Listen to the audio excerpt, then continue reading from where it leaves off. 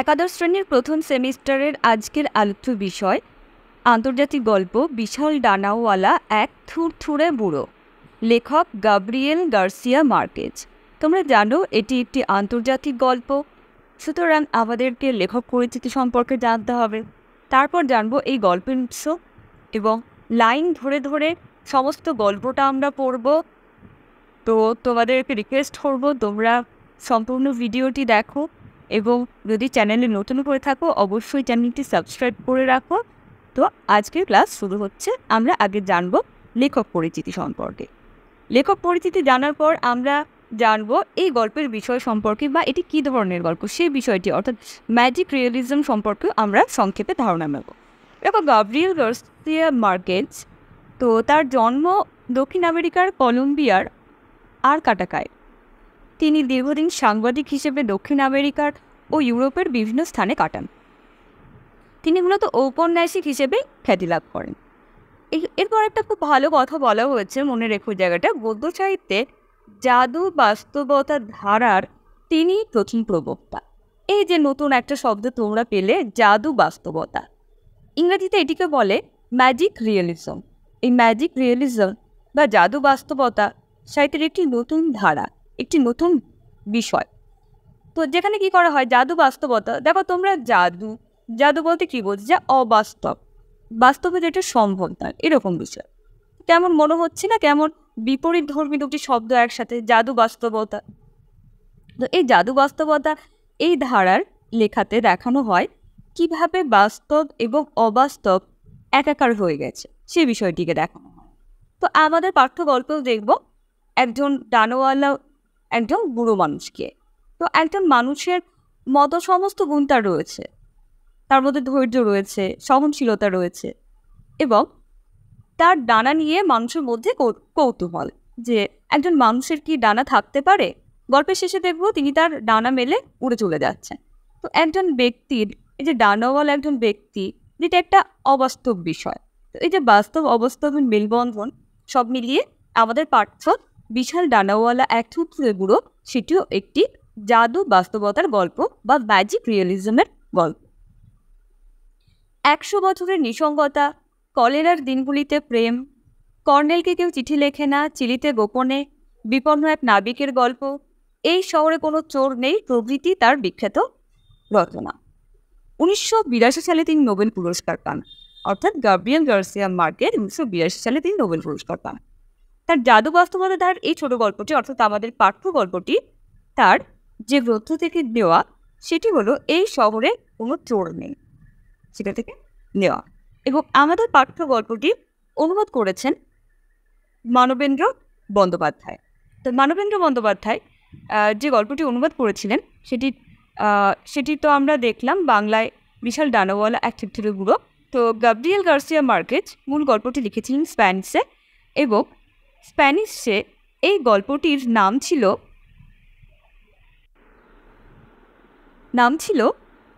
A very old man, a very old man with enormous MOUS enormous wings। এই ছিল ইংরেজি অনুবাদ এবং আমাদের পাঠ্য গল্পটি অর্থাৎ বাংলায় অনুবাদ করেছেন মানবেন্দ্র বন্দ্যোপাধ্যায়। আমরা খুব ভালোভাবে যে বিষয় দুটি মনে রাখবো, আমরা মনে রাখবো যে এই আন্তর্জাতিক গল্প এবং ভারতীয় কবিতা থেকে মোট আমাদের 5 নম্বর। তো আমরা মেন পয়েন্টগুলো মনে রাখবো। তো যে দুটি বিষয় অবশ্যই মনে রাখতে হবে সেটি হচ্ছে এটি কোন ধরনের গল্প, জাদু বাস্তবতা বা ম্যাজিক রিয়েলিজম ধারার গল্প। আর মনে রাখবো এই গল্পটির অনুবাদককে, অর্থাৎ মানবেন্দ্র বন্দ্যোপাধ্যায়, এই নামটা আমরা মনে রাখব। এবার চলো মূল গল্প পড়া যায়। খুব ভালো করে পড়তে হবে লাইন ধরে ধরে। বৃষ্টির তৃতীয় দিনে ওরা বাড়ির ভেতরে এতই কাঁকড়া মেরেছিল যে পেনাইওকে ভিজে একসা উঠোন পেরিয়ে সেগুলোকে সমুদ্রে ছুঁড়ে ফেলে দিতে হয়েছিল, কারণ সারা রাত ধরে নবজাত শিশুটির ছিল জ্বর আর ওরা ভেবেছিল জ্বরটা হয়েছে ওই পচা বধ গন্ধটার দরুন।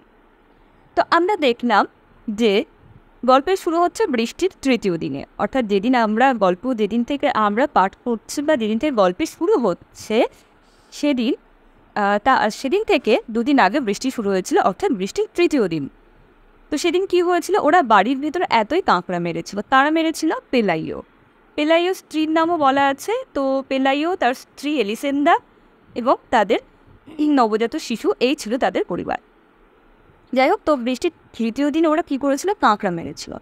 আর এদের বাড়ি সমুদ্রের কাছে, তো সমুদ্র থেকে বৃষ্টির মধ্যে যেহেতু 3 দিন বৃষ্টি হচ্ছে, তো সমুদ্র থেকে প্রচুর কাঁকড়া এসে ওদের উঠোনে এসে গিয়েছিল এবং তারা মরে গিয়ে একটা বদ গন্ধ হয়েছিল।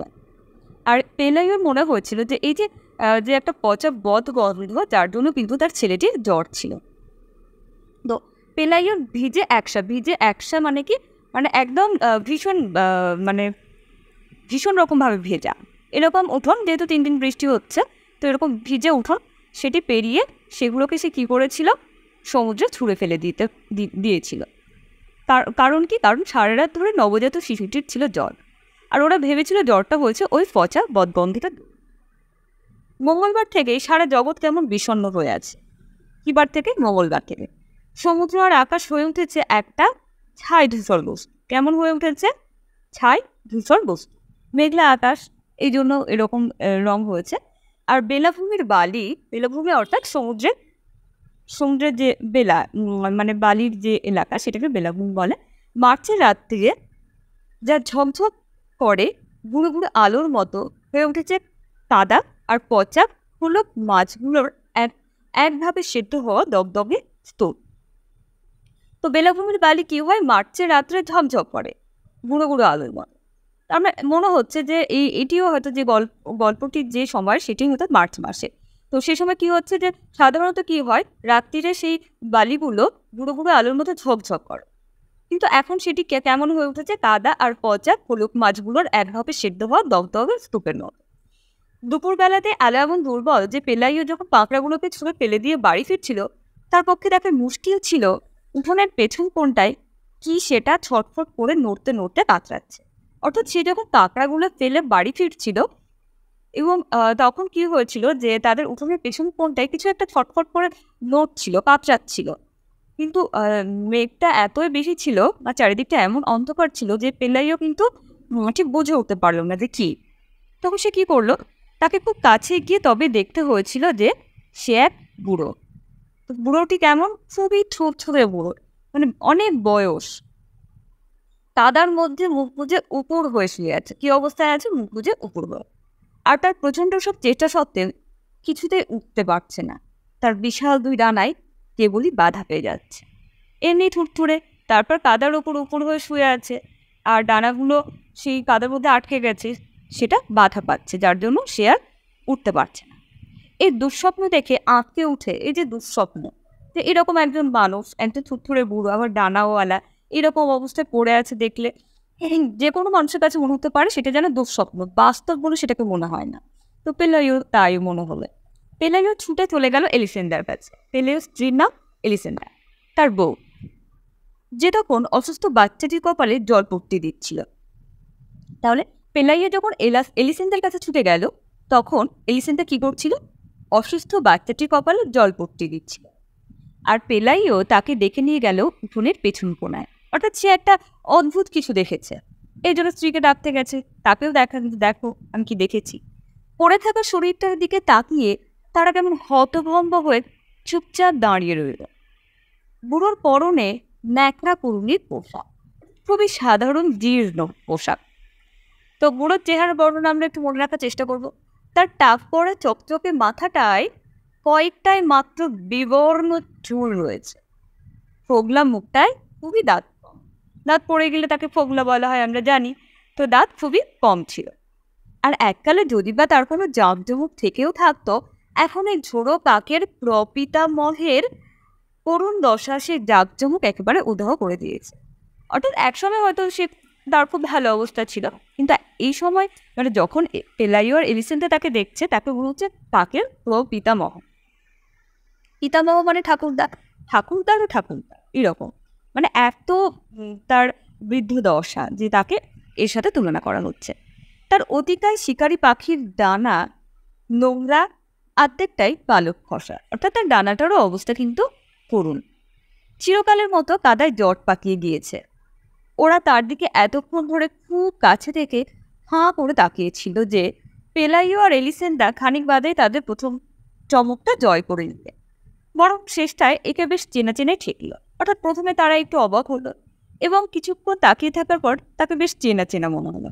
কারণ দেখো, অবাস্তব হিসেবে তার ডানা থাকলেও যেহেতু সাধারণ মানুষের মতোই এই যে তার বার্ধক্য বা তার এই যে অসহায়তা, এই সমস্ত কিছু তাদের চেনা চেনা লাগলো, অর্থাৎ মানুষের মতো মনে হলো।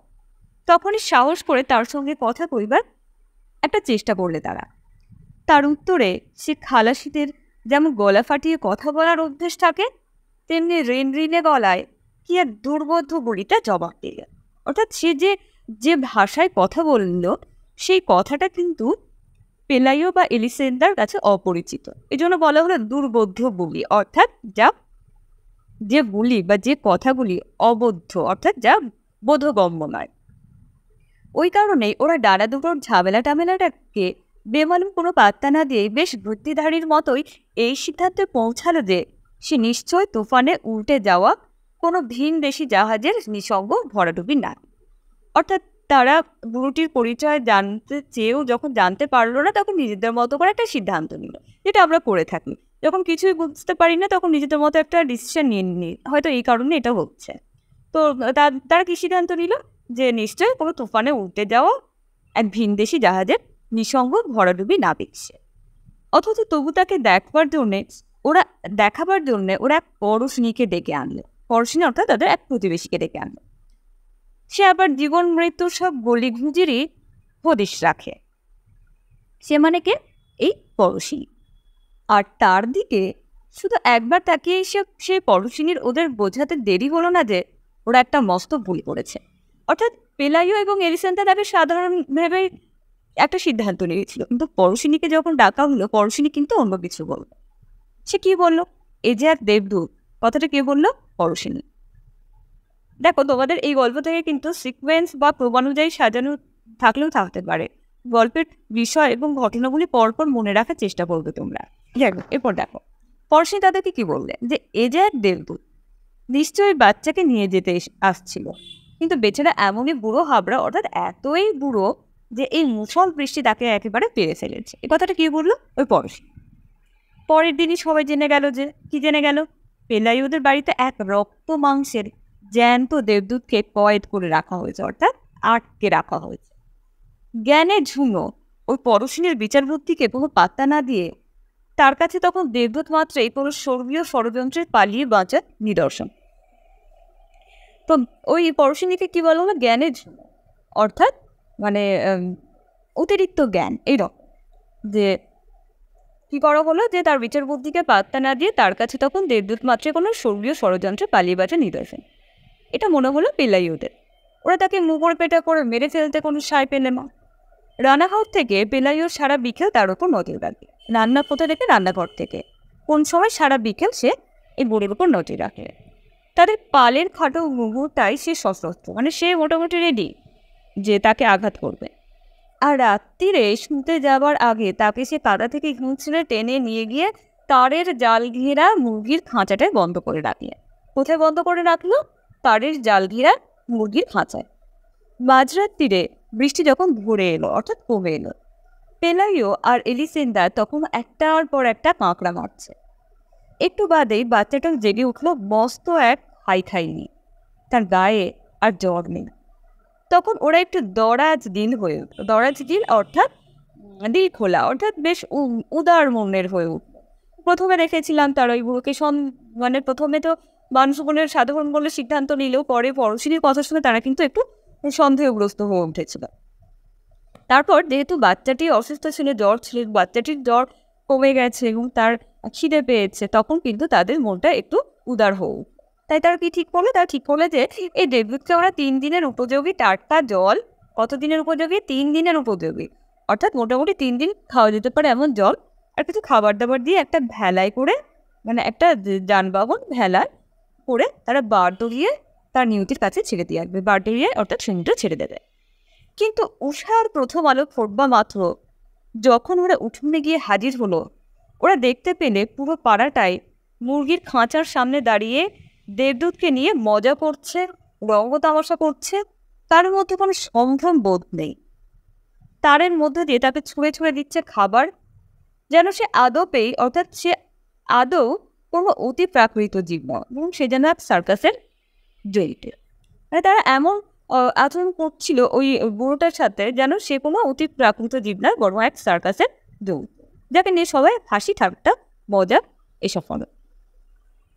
সকাল 7টার আগে পাদ্রে গনসাগা এসে হাজির। মানে তিনি পাদ্রে, খ্রিস্টান ধর্মের তিনি একজন বৌদ্ধ পিতা।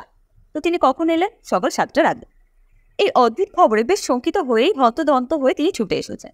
এই যে একজন দেবদূত এসেছেন, তা সেই খবর পেয়ে তিনি চলে এসেছেন হন্তদন্ত হয়ে, মানে খুব শঙ্কিত হয়ে, শঙ্কিত অর্থাৎ ভয় পেয়ে, এবং হন্তদন্ত হয়ে মানে খুব তাড়াহুড়ো করে। ততক্ষণে ভোরবেলাকার দর্শকদের মতো তত রংবাজ নয় এমন দর্শকটা এসে হাজির। তো আমরা দেখলাম যে উঠে আলো ফুটবল সঙ্গে সঙ্গে, অর্থাৎ ভোরের দিকে যারা এসেছিল তারা বেশ একটু অন্য রকমের দর্শক, যারা কিন্তু ওই বুড়োটার সাথে বেশ খারাপ আচরণ করেছিল।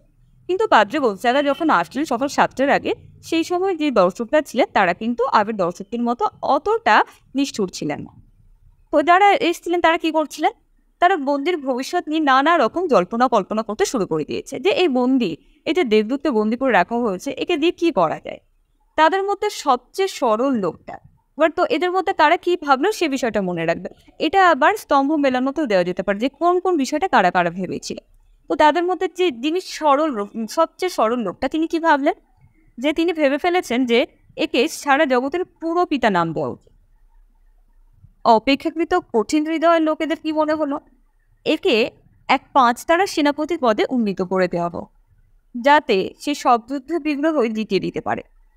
কিছু কিছু দূরদর্শীর মনে হলো, দূরদর্শীর মানে যারা ভবিষ্যৎ সম্পর্কে অনেক কিছু ভেবে নিতে পারে, তো তাদের মনে হলো তাকে দিয়ে যদি পৃথিবীতে, অর্থাৎ ওই ডানাওয়ালা থুতথুতে বুড়োকে দিয়ে পৃথিবীতে যদি কোনো ডানাওয়ালা জাতির জন্ম দেওয়ানো যায়, তবে সে জাতি হবে জ্ঞানে গুণে সবার সেরা, আর তারাই তখন বিশ্ব ব্রহ্মাণ্ডের দায়িত্ব নিয়ে নেবে।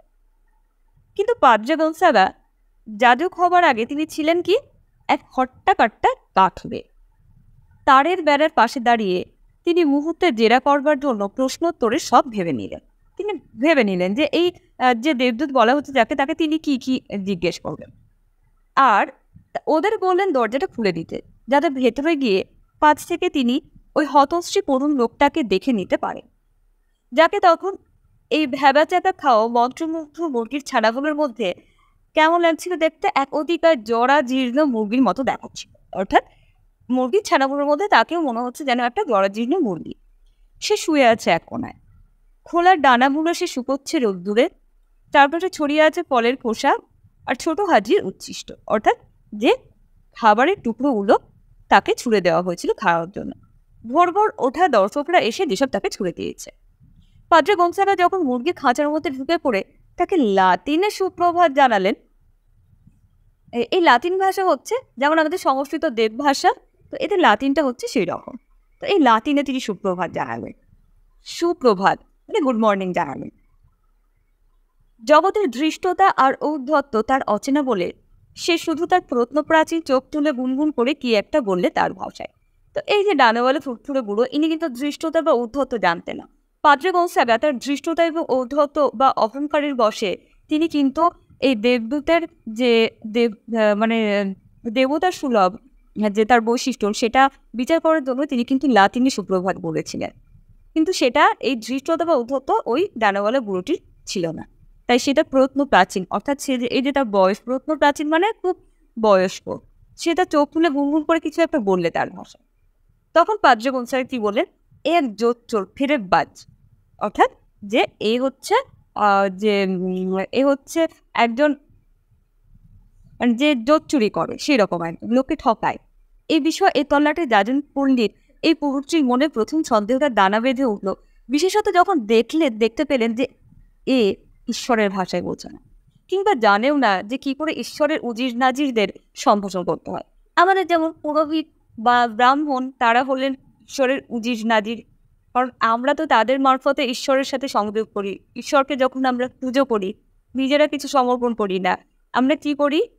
পুরোহিতের মাধ্যমে বা ব্রাহ্মণদের মাধ্যমে আমাদের বার্তাটাকে তার কাছে পৌঁছে দিতে চাই। তো সেই রকম খ্রিস্টানদেরও তো এরকম যাজক। তো তিনি ভাবলেন যে এ তো ঈশ্বরের ভাষায় বোঝে না। আবার ঈশ্বরের উজির নাজির অর্থাৎ আমি ঈশ্বরের দূত আ প্রতিনিধি। আমাকেও কিভাবে সম্ভাষণ করতে হয় জানে না। তার মানে এ হচ্ছে দৈত্যর ফেরেববাজ। অর্থাৎ এ একজন আ মিথ্যু। তারপর তিনি খেয়াল করে দেখলেন যে খুব কাছ থেকে নজর করে তাকে বড্ড বেশি মানুষ দেখায়। তার গা থেকে বেরোচ্ছে খোলামেলার এক অসহ্য গন্ধ। তার ডানাগুলো পেছন দিকে গজিয়েছে নানা রকম পরভৃৎ। আর তার প্রধান পালকগুলোর সঙ্গে দুর্ব্যবহার করছে পার্থিব সব হাওয়া। পরভৃৎ অর্থাৎ পোকা জাতীয় কিছু। এবং তার সঙ্গে দুর্ব্যবহার করছে পার্থিব সব হাওয়া। দেবদূতদের সগর্ব মর্যাদার সঙ্গে তুলনা করা যায় এমন কিছুই তার নেই। তারপর তিনি মুরগির খাঁচা থেকে বেরিয়ে এলেন এবং ছোট একটি কথামৃত আউড়ে কৌতূহলীদের হুঁশিয়ারি দিলেন ছলাকলান সাদাশীতে অকপট লোক খবর ঝুঁকি অতটা। যা তিনি বুঝিয়ে দিতে চাইলেন যে অত যে সহজ সরল হলে চলবে না, বরং এর যে জালিয়াতি সেটা বুঝতে হবে, এরকম একটা কিছু বললেন তিনি। তিনি ওদের মনে করিয়ে দিলেন।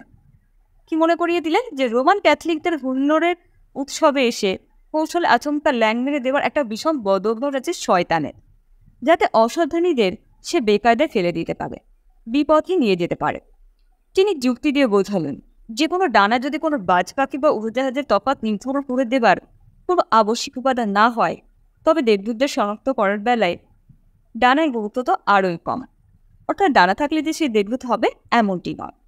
তৎসত্ত্বেও তিনি কথা দিলেন যে তিনি তার বিশপকে, অর্থাৎ তার থেকে উপরে যিনি আছেন, তাকে চিঠি দেবেন, যাতে বিশপ তার গির্জা শাসিত পল্লীর আর্চ বিশপকে লিখতে পারেন, আর তিনি তারপর লিখতে পারেন সর্বোচ্চ মহানদের, যাতে উচ্চতম আদালত থেকে সর্বাধিনায়কের চূড়ান্ত রায়টি পাওয়া যায়। অর্থাৎ তাদের খ্রিস্ট সমাজের সর্বোচ্চ যিনি পিতা বা যিনি সর্বোচ্চ পুরোহিত, তিনি যাতে একটা রায় দেন যে কি করা যায় বা এই ব্যক্তিটি কে।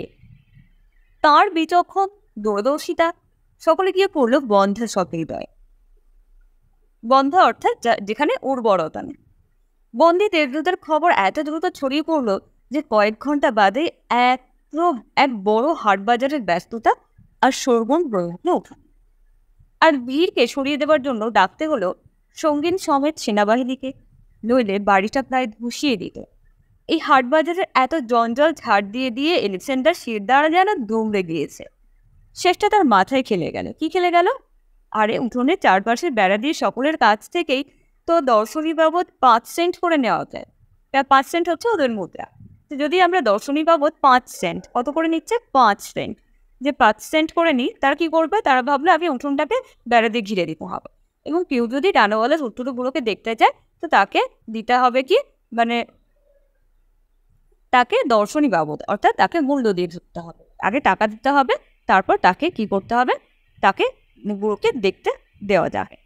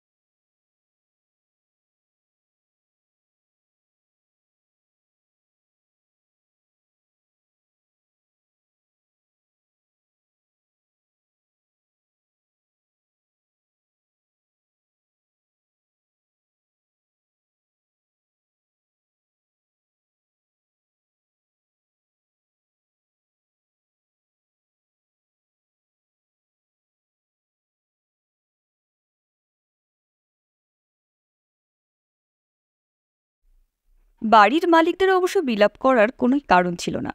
যে টাকা তারা কামিয়েছিল তা দিয়ে তারা এক চক মেলানো দোতলা বাড়ি বানিয়ে নিলে। সে বাড়ির ছিল অলিন্দ আর বাগান আর উঁচু তারের জাল, শীতের সময় যাতে কাঁকড়ারা আর ভেতরে ঢুকতে না পারে। আর জানালায় ছিল লোহার গড়াত, যাতে কোনো পথহারা দেবদূত ঢুকে পড়তে না পারে আচমকা। তাহলে এই যে তাদের বাড়িতে হঠাৎ করে দর্শক কমে গেল, তার মানে তো তাদের ইনকাম বা অর্থ উপার্জন কমে গেল, কিন্তু তার সত্ত্বেও তাদের কিন্তু আর বিলাপ করার, অর্থাৎ তাদের আর দুঃখ করার কারণ ছিল না, কারণ তারা তো প্রচুর টাকা উপার্জন করে নিয়েছিল এবং তা দিয়ে তারা একটা দোতলা বাড়ি করেছিল এবং এমন করে করেছিল যাতে শীতের সময় কাঁকড়ারাও ঢুকতে না পারে, আর লোহার গড়াত এমন করে দিয়েছিল যাতে কোনো পথহারা দেবদূত আর ঢুকে পড়তে না পারে। শহরের কাছে পেলাইও একটা খরগোশ পালনের করার ঘিঞ্জি গোলকধাঁধা বানিয়ে নিলে তাহলে তো তারও একটা উপার্জনের একটা রাস্তা খুলে গেল। কি করলো সে? পেলাইও একটা খরগোশ পালনের ঘিঞ্জি গোলকধাঁধা বানিয়ে নিল। চিরকালের মতো ইস্তফা দিল তার সাধ্যপালের কাজ, অর্থাৎ তার কাজ ছিল কি? সাধ্যপালের কাজ। আর এলিসেন্ডা কি করলো? এলিসেন্ডা কিনে নিল কতগুলো উঁচু খুঁড়ওয়ালা ঢাকা জুতো। কেমন জুতো? উঁচু খুঁড়োওয়ালা ঢাকা জুতো। আর কেমন রঙের? রামধনু রঙের রেশমি কাপড়ের অনেক প্রস্থ পোশাক, মানে অনেক পোশাক সে কিনলো, মানে তাদের যাদের শখ তারা মিটিয়ে নিল। তখনকার দিনে কেমন পোশাক কিনলো? তখনকার দিনে রোববারে যেসব পোশাক পরতো সবচেয়ে অভিজাত ও কাঙ্ক্ষিত মহিলারা, অর্থাৎ যারা খুব উঁচু দরের বা খুব হাই সোসাইটির যে সমস্ত মহিলারা, তারা রবিবারে যেসব পোশাক পরতো সেই ধরনের পোশাক এলিসেন্ডা কিনে নিল। যা তাদের কোনো মনোযোগ পায়নি তার মধ্যে মুরগির খাঁচাটাই একমাত্র জিনিস ছিল না। যদি তারা রাসায়নিক দিয়ে তা ধুয়ে দিয়ে থাকে আর তার ভেতরে বারবার মস্তকের অশ্রু পুড়িয়ে থাকে, সে কিন্তু মোটেই এই দেবদূতের অর্চনায় নয়, বরং সেই গোবরের স্তূপের দুর্গন্ধ তাড়িয়ে দিতেই ভূতের মতো এখনও যা ঝুলে আছে সবখানে, আর নতুন দালানটাকে বানিয়ে দিচ্ছে পুরো বাড়ি। সুতরাং তাদের জীবনে যে অর্থের আগমনের সঙ্গে সঙ্গে যে তাদের জীবনের মধ্যে যে একটা স্বচ্ছতা, মানে স্বাচ্ছন্দ্য এলো, তার ফলে তারা কিন্তু মুরগির খাঁচাটার দিকে তারা কিন্তু অ্যাটেনশন বা মানে মনোযোগ দেয়নি। কিন্তু তারা যে মাঝে মাঝে রাসায়নিক দিয়ে ধুয়ে দিত, তার কারণ হচ্ছে সেখান থেকে যে দুর্গন্ধ আসতো সেই দুর্গন্ধটাকে দূর করার জন্য। গোড়ায় যখন তাদের বাচ্চা হাঁটতে শিখলো, তারা খুবই সাবধানে ছিল সে যাতে কখনো মুরগির খাঁচাটার খুব কাছে না যায়। কিন্তু তারপর তার ক্রমে তাদের ভয় হারাতে শুরু করলো আর গন্ধটা অভ্যস্ত হয়ে গেল। বাচ্চার দ্বিতীয় দাঁতটি বেরোবার আগেই সে মুরগির খাঁচার ভেতরে খেলতে চলে গেল। কখন গেল বাচ্চাটা? যখন তার দ্বিতীয় দাঁতটি বেরোলো তার আগেই সে মুরগির খাঁচার ভেতরে খেলতে চলে গেল। খাঁচার তারগুলো ততদিনে অবহেলায় অযত্নে ছিঁড়ে গিয়েছে। অন্য কোনো মর্তবাসীদের সঙ্গে কোনো মাখামাখি করেনি দেবদূত, বরং দূরেই থাকত। এখনও সে তেমন একটা মাখামাখি করে না। তবে সব ভুল ধারণা হারিয়ে বসবার পর কোনো কুকুর যেমন বাচ্চাদের যাবতীয় যাচ্ছেতাই অপমান ও নিগ্রহ পরম ধৈর্য ভরে সহ্য করে, তেমনি ধৈর্যের সঙ্গে দেবদূত এই বাচ্চাটিকে সহ্য করত। অর্থাৎ এই বাচ্চাটির যে দৌরাত্ম্য সেটি কিন্তু এই দেবদূতটি, অর্থাৎ এই ডানাওয়ালা মানুষটি সহ্য করত। একই সঙ্গে দুজনকে পেরে ফেললো জল বসন্ত। দুজনকে কোনরূপ আক্রমণ করলো? জল বসন্ত। এই বাচ্চাটিরও হলো, ওই ডানাওয়ালা মানুষটিরও হলো। যে ডাক্তার বাচ্চাটির রোগ দেখতে এসেছিল সে অবশ্য দেবদূতের হৃৎপিণ্ডের ধুকপুক শোনবার লোভ সামলাতে পারল না। আর সে তার বুকে এত শীষ শুনতে পেলে আর এতই শোরগোল শুনতে পেলে তার বৃক্কে যে তার পক্ষে বেঁচে থাকাই সম্ভব বলে ডাক্তারের মনে হলো না। তো ডানাওয়ালা একটি মানুষের হৃৎপিণ্ড কেমন হবে সেটা তার মানে সেটা জানার খুব ইচ্ছে হলো বা খুব কৌতূহল হলো এই ডাক্তারটা, যে তার বুকের ধুক বা হৃৎপিণ্ডের ধুকপুক কেমন হবে। তো তিনি কি দেখলেন? দেখলেন তার বুকের মধ্যে শীষের আওয়াজ শোনা যাচ্ছে এবং শোরগোল শোনা যাচ্ছে, এবং ডাক্তারের কি মনে হলো যে এইরকম একটা কিডনি নিয়ে তিনি কিভাবে বেঁচে আছেন। যেটা তাকে সবচেয়ে বেশি তাক লাগিয়ে দিল সেটা এই ডানা দুটোর যুক্তি ও প্রকৃতি। এই বিষয়টা ডাক্তারকে অবাক করে দিল যে এই দুটি এমনই স্বাভাবিক যে পুরোপুরি কোনো মানুষেরই আবশ্যিক অঙ্গ বলে মনে হয়। আর তার অবাক লাগলো এই ভেবে যে অন্য মানুষদেরই বা কোনো ডানা নেই কেন। তো তার মনে হলো এই যে তিনি অনেক ভালো করে দেখে বুঝলেন যে এই বুড়োটির ডানা দুটি খুবই স্বাভাবিক, যেমন আমাদের হাত পা খুব স্বাভাবিকভাবে আমাদের অঙ্গ, যেটা আবশ্যিক প্রয়োজনীয়, তো এই ডানাটিও আবশ্যিক। কিন্তু তার তখন মনে হলো তাহলে আর মানুষদের কেন ডানা নেই।